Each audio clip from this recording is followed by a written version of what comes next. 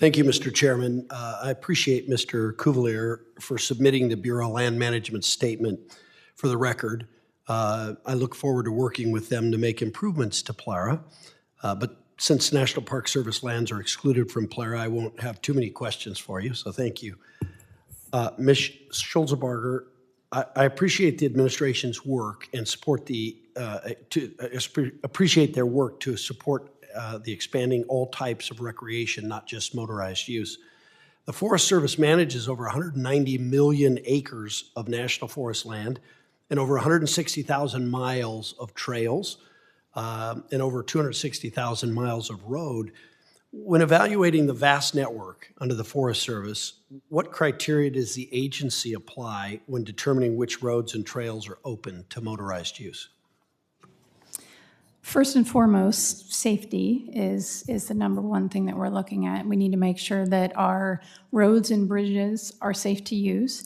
After safety, we think about other things like any management activity that we have, considering natural, physical, cultural, social impacts with those specifics within that local, community or trail system or whatever it is.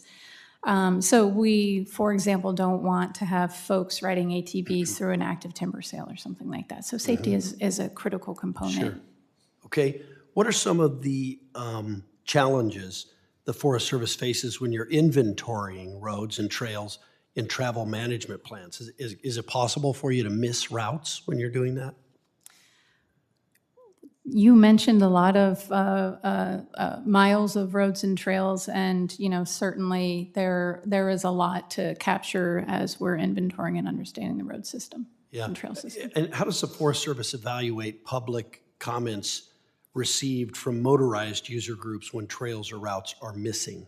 How do you handle that comment from those groups? Well, public input is important, and from all user groups, considering all aspects of a project or an area or a trail or a road, making sure that we have a good understanding of the impacts or the needs of whatever that community is, be it the motorized or the community. Sure, and I asked that question because in talking with some motorized user groups, they've reported that historic trails and routes have disappeared from inventories, making them just kind of automatically closed to them, one of the reasons we're introducing PLARA.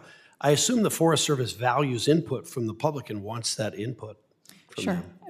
We absolutely do, and partner groups, especially those in the motorized trail community, are important, and it is more important to understand and work with those communities. Great, and part of PLARA, a section of PLARA, would allow for a public nomination process that would allow for Forest Service to take better inventory of historic trails and routes for motorized use and help add new popular trails and routes. And because at the end of the day, the Forest Service wants to have a more complete inventory of trails and routes that the public supports, yes? Would you agree with that? We support more, increasing access on Forest Service lands. And I appreciate the Forest Service willingness to work with me on this legislation as we continue to take in feedback from stakeholders and agencies. Are there potential public-private partnerships or expanded memorandums of understanding that could aid Forest Service staff in implementing a policy reversal?